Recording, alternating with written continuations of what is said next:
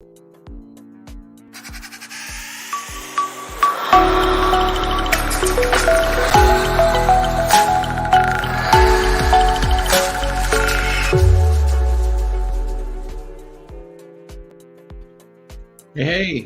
how's it going? It is Wednesday, I think. Is it Wednesday? Man, strong start. January 4th. Welcome to Sales 101. I'm your host, Matt Zimmer. I'm a serial entrepreneur who has ventured into live streaming for nobody knows why. People keep asking me. I have no concept of why, other than I really think it's an interesting way to do sales and get information out there, and hopefully at the same time that I'm practicing and honing my skills, we can learn some stuff about selling and have some discussions and do whatever. If you're watching and would like to ask a question, dig into a topic, even come on the show in real time, happy to entertain any comments. We're streaming on Twitch, YouTube, and LinkedIn. If you message me on any of those platforms, it'll come through in the stream, and happy to dig into any sort of questions that you might have that we could cover. Today is a little bit of a unique day. Supposed to have a guest here to speak. Seems like per usual in the new year, people's New Year's resolution is to not show up. So we're gonna give our guest a little bit of time. We've got a couple topics to cover before that's an issue. And then we'll see where things go. Could be fun. But before we shame somebody, had some stuff that thought I'd cover that could give you a little bit of sales tidbit, things to think about on this Wednesday morning. Before I do that, let me just let's see, what do we want to do here? If you'd like to be a stream guest, you can head to zimmers.com. So if you plan on showing up, love to have you sign up. Love to talk to people about what they're doing, what types of businesses they're interested in, what their viewpoint of the world is. If you want to come on here and sell a product, have at it. If you want to try to sell me on something, have at it. I'm interested in just having sales discussions, understanding more about people and how they are transitioning into this kind of digital first reality. So that's the purpose of what we're doing, and hopefully we can find some interesting people to join along the ride. If you go to zimmers.com, you can also find all of our contact information and whatever else. So that's the place to go for anything that you need. And I will actually pop into that later and cover that, but for now, that's what you got. So, yeah. Cool. So I'm going to start out the way I do a lot of times. We're going to cover some basic sales skills. Usually when I talk about this, some new nugget pops out and I keep kind of evolving it, but these are some sales tendencies and things that I've been working on to try to hone my sales skills. And hopefully, there's some information in here that will be beneficial for you. And even regardless of whether you're doing sales or not, I think these are good practices. One of the things that I've been thinking a lot about is I've been, I've run a few organizations, I've started a few companies, and one of the things that I have really started thinking about was really thinking about the employee base as, when I'm running an organization, that my employees are really my customers.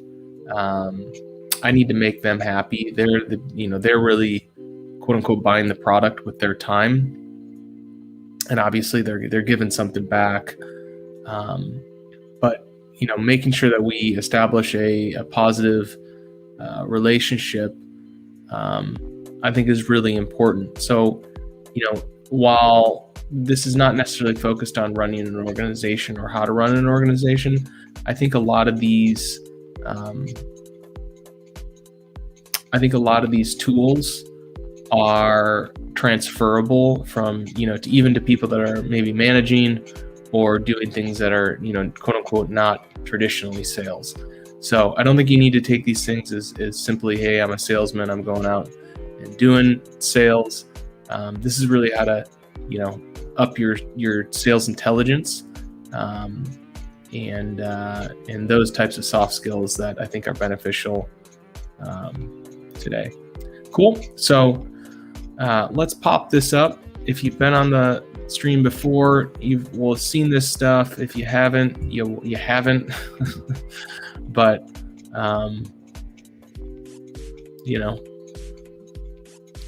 it's good to go over things twice, I guess. So we're going to keep doing it until somebody tells me, Matt, you got to stop doing this. It's driving me nuts.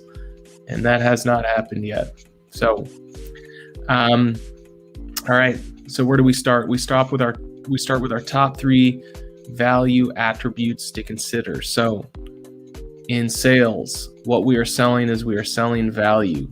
We are not selling anything else. We're selling value. And what value is value is a collection of 3 things: price, time, and quality. Now, depending on whether we're selling a good or a service, whether it's physical based, how tangible it is, these things, the meaning on these things shifts a little bit. Specifically time. I think time is maybe the most difficult one. I would like to think of a better word for time. So right now I got time in there. It's sort of a placeholder in my head, but we'll describe what they mean. And if you've got any advice on what a better placeholder for that word is, feel free to shout out, and maybe we can get something better in there. But basically, so our three value attributes are price. That's pretty easy. It's the amount somebody's paying for a good or service. Time, if we think about a service, it might be the speed of delivery to when, if somebody needs, let's say, a piece of software built, it might be the amount of time that's required to actually build that thing and deliver it. If we think about goods, if somebody places an order for X amount of product, it may take a portion of time to build and deliver. So you've got that. And if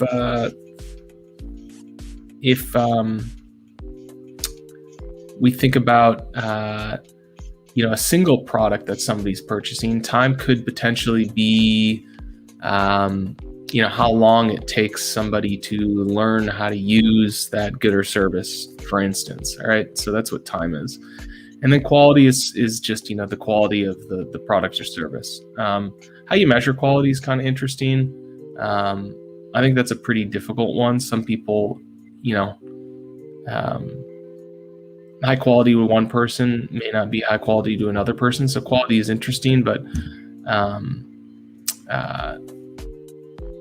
we can dig into that a little bit too. It's kind of subjective. But basically those 3 things bundled together become what we call value. And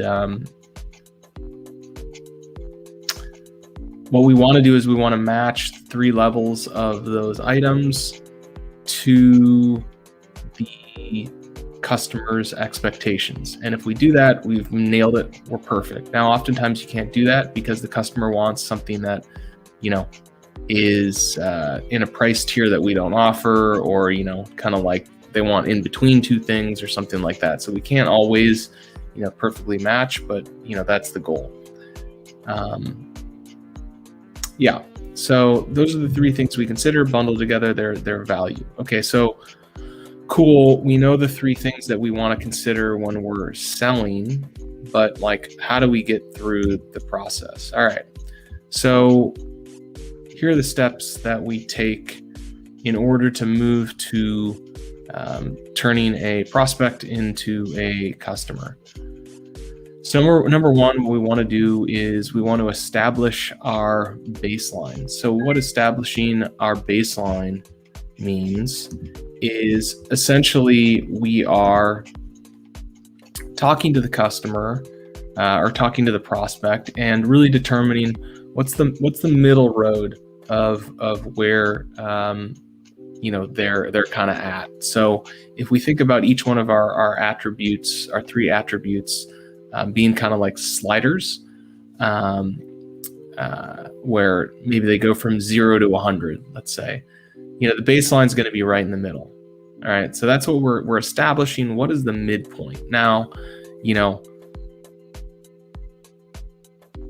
so one person's midpoint may be, right on 50. One person's maybe on 70. One person's maybe on 30 for a specific, trait, maybe like price, right? So I'm expecting the price to be at a level of 30, and you may be expecting it to be at level 70. Well, what we want to do is when we establish the baseline, basically, well, I'm not talking about dollars, I'm talking about like numbers, is we kind of want to just tune our model that like, all right, whatever the baseline is at 50. All right, so we're right at the middle, meaning we can always ramp up or down, right? So that's what we want to do. We want to establish that baseline for each three of our parameters to really understand, like, all right, where's the customer at as far as what their baseline is? What do they expect? Now, what they expect and what they're going to buy isn't always the same, and that's why we established the baseline. What we want to do then is determine our price sensitivity and our time sensitivity. And what we're doing, if you think about if you think about the slider model, we're really tuning like, all right, like a perceived move from 50 to 51 on that slider. Like, how sensitive, like, is that small incremental change, going to produce a severely negative or severely positive interaction? So how much can I tweak and change to elicit a response, in that customer? So why that's important is what that's going to do is that's going to set the upper and lower bound for us on each one of those parameters, and that kind of gives us if we know the midpoint and we know the high and the low of our sliders, we kind of know where we can work within. Okay. And what we then do is, once we've determined those sensitivities, then we kind of start moving things. And we're really trying to shift the customer into, something that we think, they actually want and need, and meets their desires. And like I said, oftentimes that's off the baseline, and it may be, rampant price up and time down all the way. It could be the opposite. It could be something, in between. But that's kind of what we're playing with. We want to establish the parameters of the game, and then we play the game. Now you'll notice that I didn't mention quality. The reason I don't mention quality is, while it is an important parameter, quality is really an outcome. And in my opinion, what a business should always be doing is delivering a customer the highest quality thing for what they paid. Or I guess considering the other two parameters. So when we consider price and we consider time, we should be delivering the highest quality thing or service that we can for, in that universe. So that's why I don't really consider quality. I always speak to the fact that we're going to deliver the highest quality, option. Now, if a customer makes certain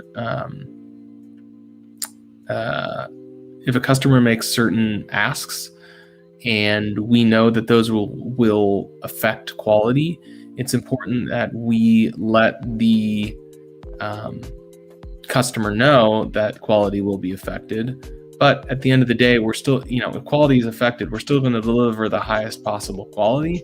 So we're always shooting for the highest possible quality, regardless of like the actual quality. You can always have an increase, in quality or a decrease in quality. I've one of the examples that I've used before in my prior work was while running a software development agency. You'd often get people that they wanted the world for a really low price and a really quick time, and we'd often get compared to different services that were using some sort of website builder platform, or something like that versus custom made software. Now, there's nothing wrong with each one of those solutions. They have each one has benefits and costs, and there's no obvious winner. So what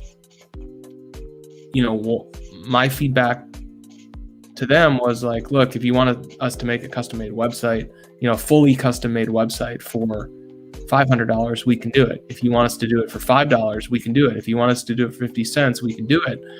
What you get may not be what you want, but like, I'll take your money and deliver you a custom made website. It just may be a piece of HTML that says hello world, posted at your domain. And that's the quality of what you got for, the service that we had. So that's how I address quality. I think if you're going through this sales method and you're being open and honest with the customer, I think they'll see that you're always going to put your best, foot forward. And if they end up hiring you, they're going to get what they get, and they should be happy with what they got for the price that they paid, as long as everybody was honest and upfront. So that's kind of the mentality on what we do to work to close, and how you think about each of the value attributes and how they kind of bundle together. So there are a couple do's and don'ts that you want to think about when you're in the sales cycle, and these are trying to be a little bit on either end of the spectrum, but you want to kind of weigh these, and this will sort of center you and make sure that you're not overselling and not demeaning anybody, but really being true and always thinking through all the possible options. So number one, be honest but empathetic. So you always want to tell a customer, quote unquote, the way it is, but you want to be empathetic to their plight. You want to be empathetic to their experience, and you really want to understand that they have a perspective too. And sometimes you got to curb that honesty to make sure that you're being empathetic to the situation and the user's or the customer's experience. Number two, you want to be direct but humble. So when I say direct, again, this is similar to the first one. You'll see this often. I'm going to repeat things, but make sure you're not kind of skirting around the issue. Make sure you're going direct. You're saying things. You're being concise. And that the point is being properly conveyed. But then, you want to weigh that with being humble. Again, you want to be this empatheticness. You want to be, you don't necessarily have the perfect solution. While you can be direct and tell it the way it is, you might not be right. Other people have, quality experiences, and their viewpoint is important too.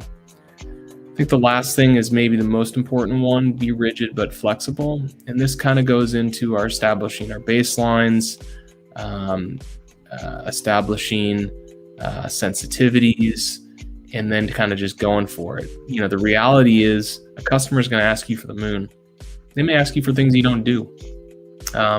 you may be selling something for, let's say, 2 different price points, and they want a price point in the middle, and the answer needs to be, we can't do that. It's just not what we do. Now, let me, I can do that for you, but I'm gonna need to apply it as a discount or something like that. Customer would be like, well, just give me the other price. Well, I can't do that. So, you want to be rigid when you need to be, and flexible when you can be. And truth be told, when you want to be flexible when it benefits you more than them. I would maybe say that this is the one where you're going to be able to flex and get a deal, over the line, but over the line in a way that it benefits you as the seller, but still provides value to the buyer. So we're not trying to really screw over anybody here. We're just trying to, I guess, not get the short end of the stick. Frankly, because if we always get the short end of the stick, at some point, the thing's just going to crumble. So we want to try to tweak things in our favor a little bit, make sure that we're being flexible though, so not taking advantage of people, but that's how we arrive at a positive outcome. So those are kind of the 3 lessons that I got for you today. And we'll keep building on this. Like I said, if you've got any comments on if you think these are good, bad, if you have any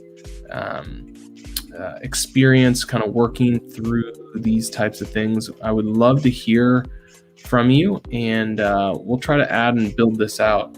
This is a framework that we've been working on for a while, to really try to hone our skills and make sure that we're doing as good of a job as possible to close sales. So there you go. All right, I'm going to hop into something a little bit different now. It's maybe sort of obvious here. This is got to get my hands out. Yeah, we're working on getting a green screen. We don't have that there, so that's pretty sweet. I think you can probably tell this is a bit of a news program, a solo man news program. Still trying to find that co-host. Haven't found it yet, but maybe one day. But one of the things that I wanted to take a look at was a little piece of news and maybe discuss how it's going to affect the market. Hi, Jenny.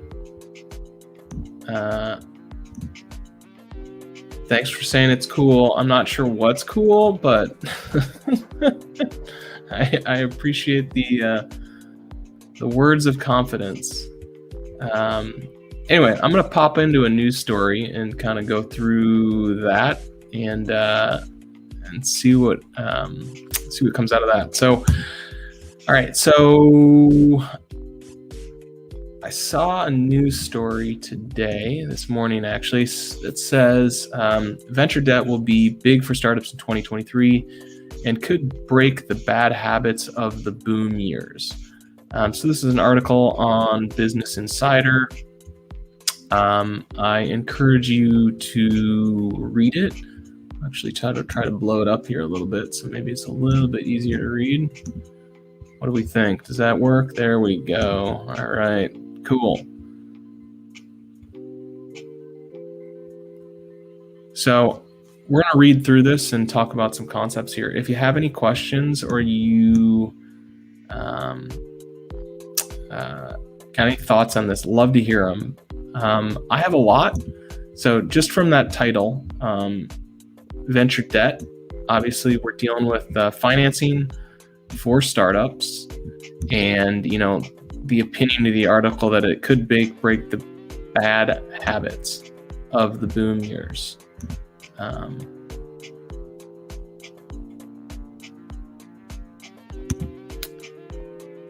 Thanks, Jenny. I appreciate the feedback. Let me know if you got any thoughts on this article as I go through it. All right, so venture debt will be big for startups in 2023 and could break bad habits of the boom years. So this story is kind of passionate to me. I've raised a bunch of venture capital. Well, I've raised a bunch of capital in the past. I haven't raised it from traditional VC companies. The reality is, what they're talking about is the difference between venture capital and venture debt, I guess, is just an equity vehicle versus a debt vehicle. So people buying, when a venture company comes in and they buy equity, basically the company has no debt on the books. The venture company gets, ownership shares. When they do with debt, they don't get ownership shares. They essentially get, a promissory note to future cash flows. All right. So that's the difference here. It's startups raising money via equity versus via debt. And to me, what the article is doing is it's basically saying that that's going to clean up a bunch of bad habit. And I just wanted to talk about that for a moment, because I think this is a really bad thing, potentially. Now, I'm sure there will be companies that come out, that will follow kind of what the article says, and we'll do all right. But I think there are a lot of potential downfalls with this. So let's see the analysis, and then we'll talk about it a little bit. So startups running out of cash can't raise capital because venture capitalists aren't giving out capital currently and are increasingly taking on debt. All right. Investors say venture debt encourages founders to build rather than grow, and that's a good thing. So when we say build, we mean like build product, not build customers. Grow is build customers. Build is build product. So they're both growing, they're both building. These words are always very confusing to me because I think it indicates sort of the same thing, just like very tilted. But so founders are going to be focused on product rather than sales, is basically the way I read this. And what they're saying is that financing is going to change that behavior. I don't necessarily disagree with that, but I think there's a secondary reason why that will happen, and how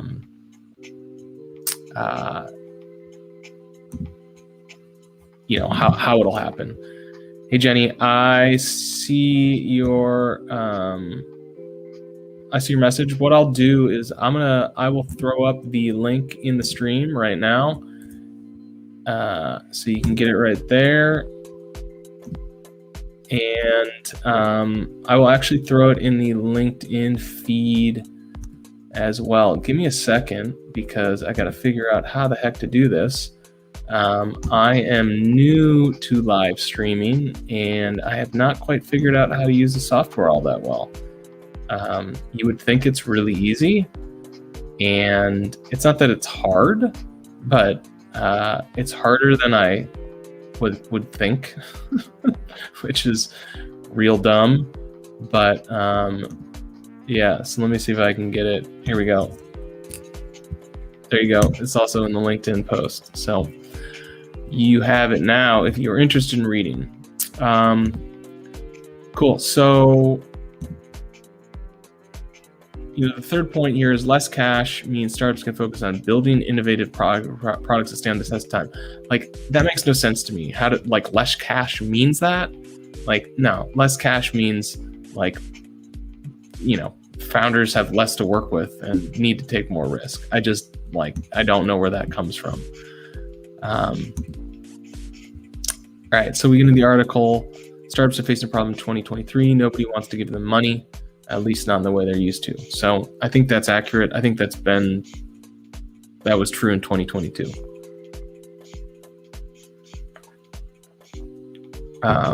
So you can get some stats on kind of what's happened, but basically the venture capital market's driving up, and apparently, startups aren't turning towards venture debt. I think the other thing is like investors are turning towards providing debt. I think that's like equally important.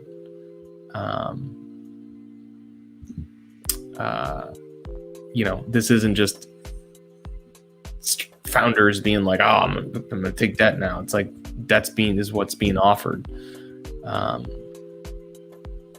So that's what they're taking.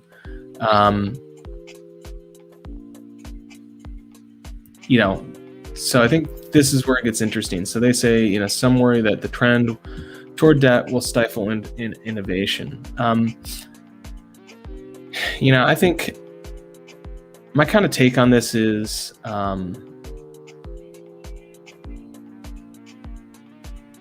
at the end of the day, money's money. So once the money's in the bank, founders will use the money as they see fit, right? Now, the money might have terms. So with debt, maybe it comes in tranches or something like that. Like there may be ways to curb kind of the founder. But I think the main thing that debt does is debt is senior to other sorts of liability. So if a company goes into bankruptcy, basically if a company goes into bankruptcy, debt is senior, and the debt holders will own the property of the company. So, if when a company raises equity, if a business goes into bankruptcy, essentially those assets get auctioned, and they go to the highest bidder. When there's debt on the company, basically the debt holders, are the first to be repaid.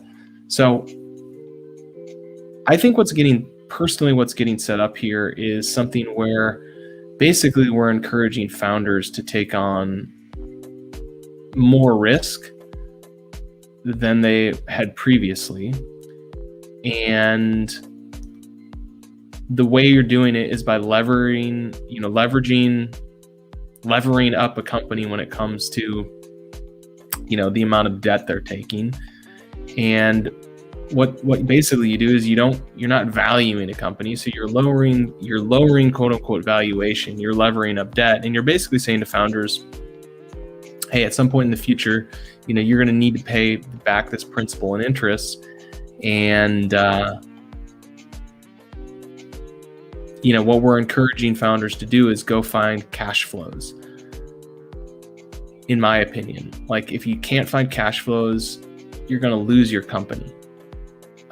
Especially since like if I'm an investor and I want to invest, and I'm an equity investor, like I don't want to invest in a company that's highly levered with debt. Like it doesn't make any sense. So what's confusing about this article to me is that they say venture debt encourages founders to build rather than grow, but it feels opposite. Like I get it. If we're talking about growth, like the pursuit of new customers that don't have revenues behind them, fine. Like I'm in agreement that isn't the best case scenario, but like, frankly, I thought that wasn't true for the last, 10 years. I only found out that, that's what investors wanted, right at the tail end of all this stuff. So I never was in on, that train, unfortunately.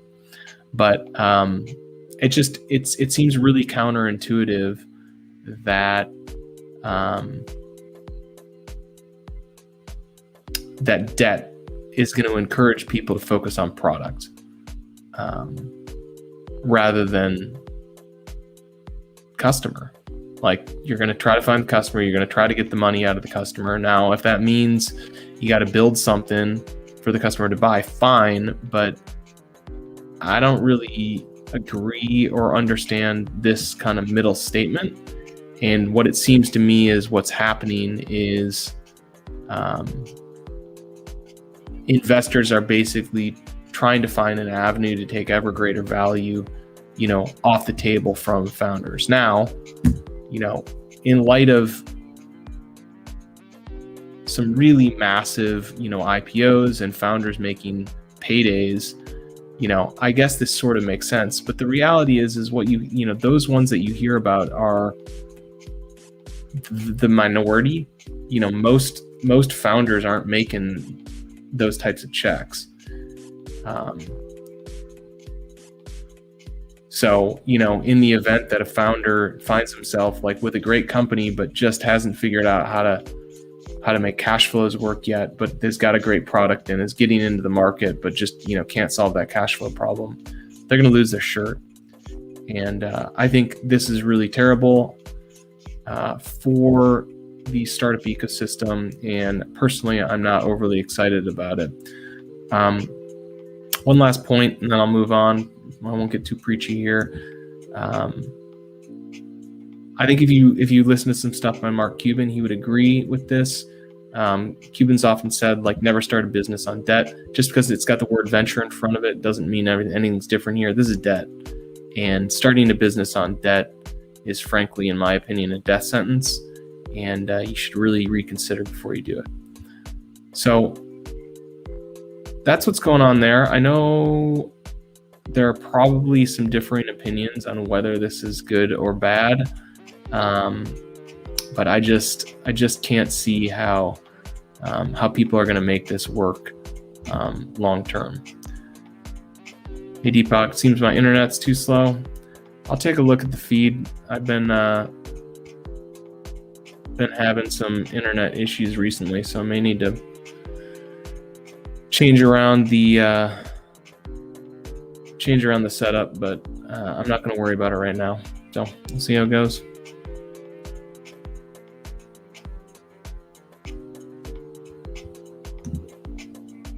Okay. Well, you will notice that our guest is still not here, so we are going to hop into our shame vehicle. All right, let's get our video going.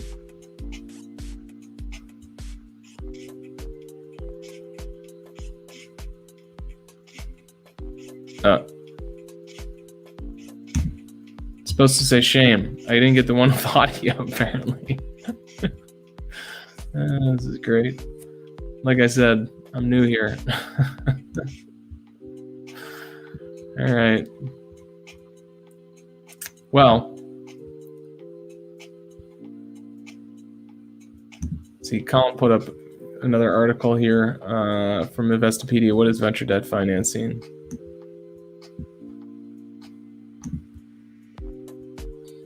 Let's see what this thing looks like. Thanks, Colin, for throwing up some links. I appreciate it. Of course, now I can't get it to show on my end, but that's normal. Let's see. I'll throw this up.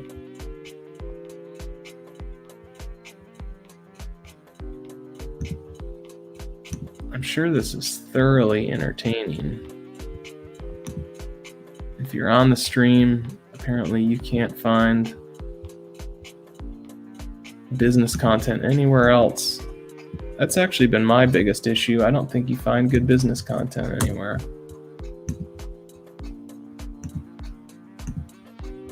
If you know where to find good business content, let me know. I don't think the traditional channels work very well, so I'll probably disagree with you if you share one of those. This is what Colin threw up from Investopedia. What is it? Debt financing? How does it work?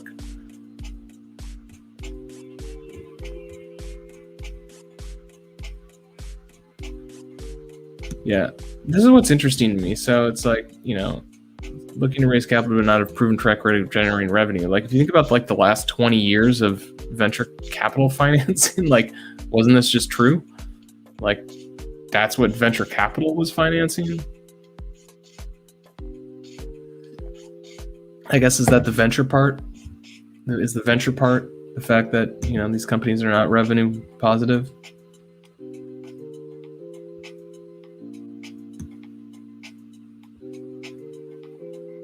Yeah, I mean, okay, so it's provided people who will take a higher risk in exchange for higher returns. So it's just not offered by banks because they're public. Doesn't make any sense. mean, it makes sense. It's just debt, right?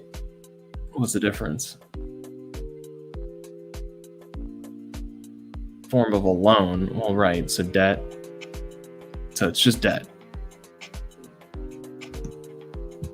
So it's just debt. So the whole thing, understand, like somebody needs to give me, how is this not just debt?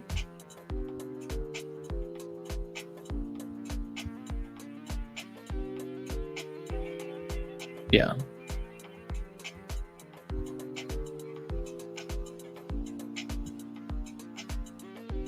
All right, cool. It's just debt.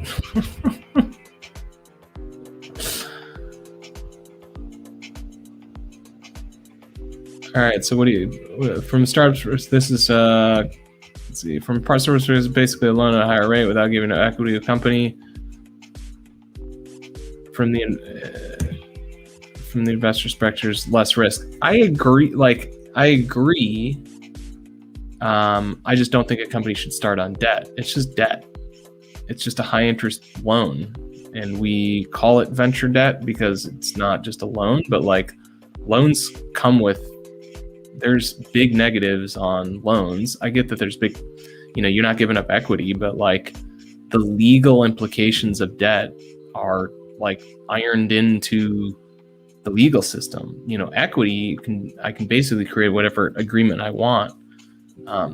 Debt, you can't, or at least that's what I know about debt. But maybe somebody's creating something super interesting as far as a debt vehicle out there. All right. Well, that was fun.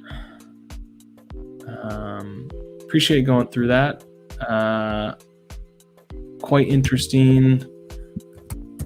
I really like talking about startup financing, because it is really a train wreck and really very difficult.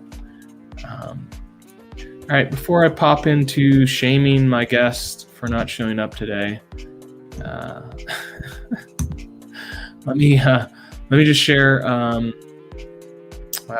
website. So I actually am using this format based on a bunch of other streamers that I've seen, mainly like video game streamers.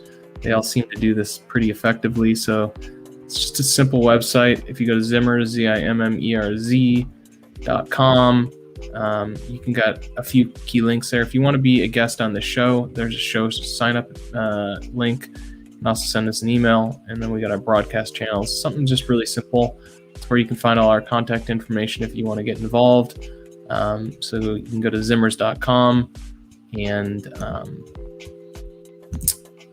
sign up there if you'd like to be on the show. Like I said, like talking to all things, people about all things business. So it can be sales. If you're selling a product, if you want to try to sell me, if you like pitch advice, if you've got a current event, really anything that's business related, happy to discuss and talk about here.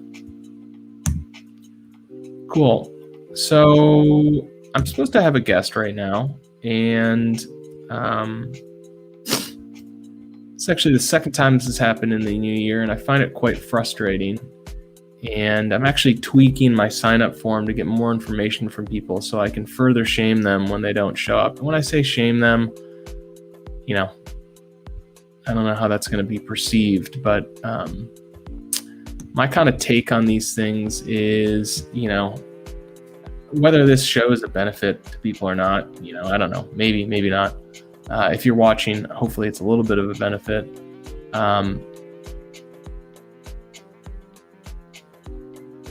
But I've noticed this quite a bit with digital meetings, that there's this tendency to create digital meetings and then people not show up, that I don't think existed in physical world, or at least when it happened in the physical world, there'd be some sort of like emotional apology or empathy or something like that. And it feels like that has just been eviscerated, through kind of the digital hurdle.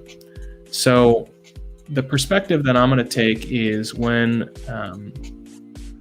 we have guests on, I'm really here to, definitely ask, hard questions and get into kind of the meat of, what they are, who they are, what they're about, those types of things. But ultimately, I'm kind of here to support them and not necessarily really call them out. Just really be kind of a support vehicle for allowing other people to hear their opinions and, see our discourse and let other people kind of judge for themselves. Now, when I've got somebody that books a time slot and doesn't show up, I'm going the other direction. They've wasted my time. They've wasted the viewer's time. Frankly, they make it hard to, put on a show like this because I have to have kind of content ready to pull from the hip, at any moment in case a guest doesn't show. So what I'm going to do moving forward is when somebody books and doesn't show up, it's going to be a shame day. And I tried to show my shame video. I gotta figure out why the sound didn't play. But basically what we're going to do is we're going to be highly critical of their business. And rather than supporting them, we're going to point out their flaws. And that doesn't mean we're going to be mean-spirited or rude. We'll just point out where we think that they could improve. And that's going to be how I run these interview segments of the show. One, hopefully that will encourage people to show up when they book. And two, hopefully that will frankly encourage people that if they don't want to show up, that they don't intend to show up, that they won't book in the first place. And it'll also serve as a means for me to get some additional content because coming up with daily content is difficult, and it's always nice to be able to show people different things, that and use different assets or whatever as kind of fodder for helping talk about sales and sales improvement. So that's my kind of public service announcement, if you will. And I'm going to pop this one up, and you'll be able to see why I should have known out of the gate that this was not going to be a real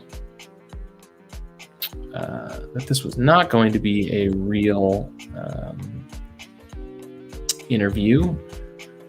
So I will share this, and our guest today is Mr. Vijay Psi. And as you can see, Vijay has 2 connections and hasn't posted lately. So